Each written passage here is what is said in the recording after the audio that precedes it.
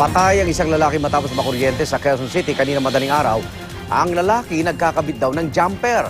Darito ang report ni Jay Sabale. Sumampay sa kawan ng kuryente ang katawan ni Selvino Ong matapos itong makuryente mag-aalauna na madaling araw. Ang dahilan ng aksidente, nagkakabit umano ito ng jumper para magkakuryente sa kanilang bahay sa Barangay Manresa sa Quezon City. May patalim. Parang pambalat ng wire po yun eh. Kwento ng asawa ng biktima na hipag-inuman daw si Selvino sa mga kaibigan nito nang bigla itong umalis.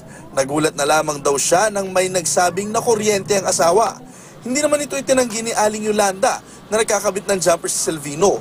Matagal na raw kasi silang naputulan ng kuryente at nitong mga nakaraang araw ay nakikisaksak lamang sila sa kapitbahay sa halagang 50 pesos kada araw. Ito ay para magkaroon sila ng ilaw at makagamit ng electric fan sa gabi. Kasi po nga yung apo namin niya, naubo po eh. Isang taon po yun yung bata. Oo. May hika ba? Ano ba? Hika na rin po, tapos nilalagnat rin po yun eh. Para matanggal ang biktima sa pagkakasabit, dinakit ito ng mga taga Meralco at QCPD Rescue gamit ang bucket truck. Gamit ang hydraulic cutter, kinailangan ring putulin ang mga kawad na dumikit sa katawan ng biktima. Ito ang unang balita sa Quezon City. Jay Sabale reporting.